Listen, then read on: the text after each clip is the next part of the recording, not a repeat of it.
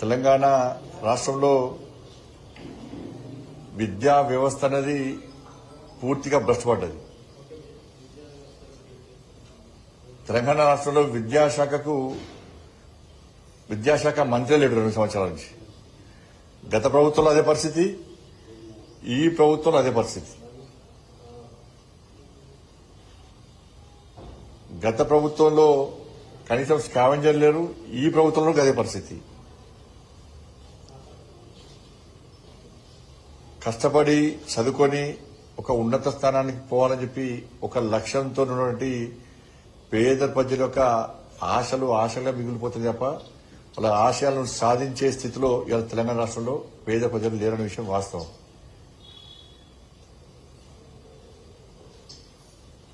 స్కూళ్ళుంటే, పాఠశాలలుంటే టీచర్లు లేరు, టీచర్లుంటే పాఠశాల భవనం లేరు, పాఠశాలలు టీచర్లు ఇద్దరుంటే కనీసం వసతులు లేవు, చాక్ పీసులు డస్టర్లు కొనుక్కునే పైసలు కూడా లాస్ట్ బడ్జెట్ కూడా లేని పరిస్థితి. వాటర్ ఫెసిలిటీస్ లేవు, టాయిలెట్స్ లేవు, స్కూల్ బిల్డింగ్స్ లేవు, లోపల ఫర్నిచర్స్ లేవు, టీచర్ పోస్టులన్నీ ఖాళీ ఉన్నాయి, స్కావెంజర్స్ లేరు, డ్రాప్ అవుట్స్ ఎక్కువైతున్నాయి. విద్యా విషయంలో విద్యార్థులను ప్రోత్సహించేటువంటి పరిస్థితి లేదు. ఇవన్నీ ఉన్నాయి. దాంతోపాటు ఈ ప్రభుత్వ పాఠశాలలో ఈ పరిస్థితి, ప్రభుత్వ పాఠశాలలో విద్యార్థులు ప్రైవేట్ పాఠశాలలో పోదామంటే ఆ ఫీజులు భరించలేని పరిస్థితి, అంటే ఫీజు రియంబర్స్మెంట్ చేయలేని పరిస్థితి. ఇది విద్యార్థుల సమస్యలుంటే టీచర్లకు సంబంధించి వాళ్ళు డిఏలు పెండింగ్ ఉన్నాయని చెప్పి గతం నుంచి అడుగుతా ఉన్నారు. పీఆర్సీ అమలు చేయమంటే అది లేదు. పదవీ విరమణ పొందినటువంటి ఉద్యోగస్తులకు వాళ్ళ బెనిఫిట్స్ లేవు. ఇవన్నీ కూడా ఈ విద్యా వ్యవస్థలో ఇటు విద్యార్థులు, ఇటు ఉపాధ్యాయులు, వీళ్ళకంటే ఎక్కువ పేరెంట్స్ పడుతున్నటువంటి ఇబ్బందులు ఇవన్నీ కూడా.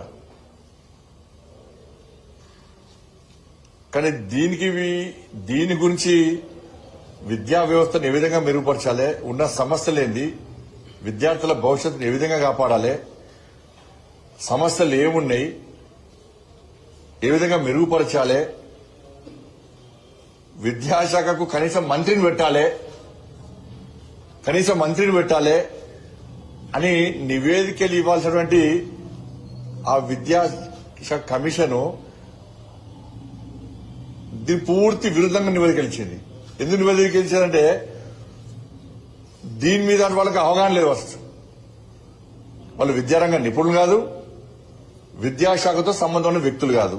అంటే రిటైర్డ్ ఐఏఎస్ అధికారికి గ్రౌండ్ లెవెల్లో ఉన్న సమస్యలు ఏం తెలుసా నాకు? ఒక విద్యార్థి సంఘం నాయకులతో మాట్లాడిండా, ఉపాధ్యాయ సంఘాలతో నాయకులతో మాట్లాడిండా, పేరెంట్స్ కమిటీతో మాట్లాడిండా, విద్యార్థులతో మాట్లాడిండా, ఎవరితో మాట్లాడి ఏ మాట్లాడలే ఏ స్థితిలో కూర్చున్నారు. రాష్ట్ర ప్రభుత్వం ఆలోచన ఏంటంటే ఈ డిఏలు ఇచ్చే పరిస్థితి లేదు, పీఆర్సీ అమలు చేసే పరిస్థితి లేదు, ఈ జీతాలు ఇచ్చే పరిస్థితి లేదు. కానీ జీతాలు తగ్గించాలి.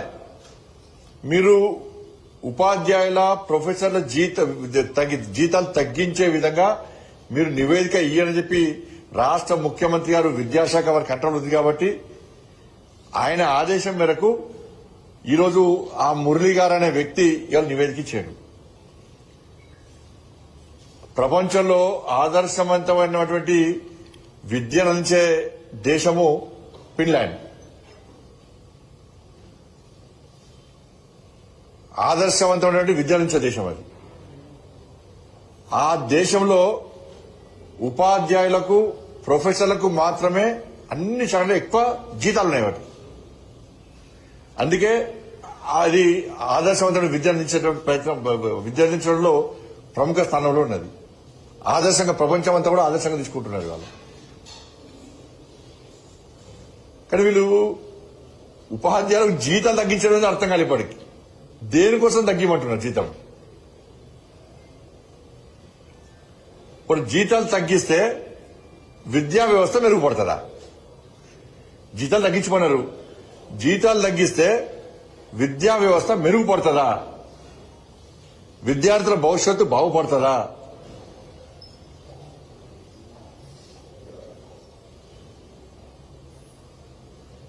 దేని ప్రకారము ఉపాధ్యాయుల జీతాలు తగ్గిమని మీరు నివేదించారు?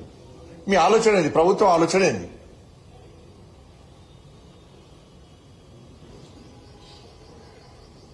వాళ్ళ ప్రభుత్వ పాఠశాలలో చదువుకునేది పేద పిల్లలు, పేద కుటుంబాలకు సంబంధించిన వాళ్ళు ఏం రిపోర్ట్ ఇచ్చారు? 35 మార్క్స్ కు పాస్ ఉండే దాన్ని 45 చేశారు.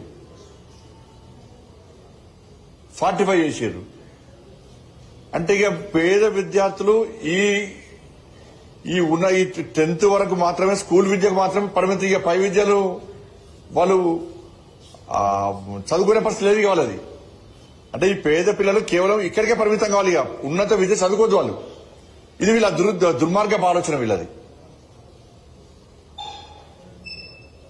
35 మార్కులు అది 45 మార్కులు వేస్తారు. తగ్గియండి. ఇక 35 మార్కులు అది 45 మార్కులు వేస్తే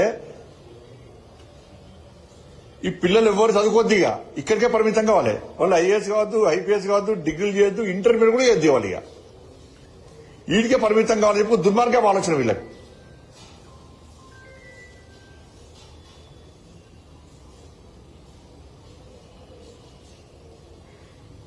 ఇలా 30-20 సంవత్సరాలు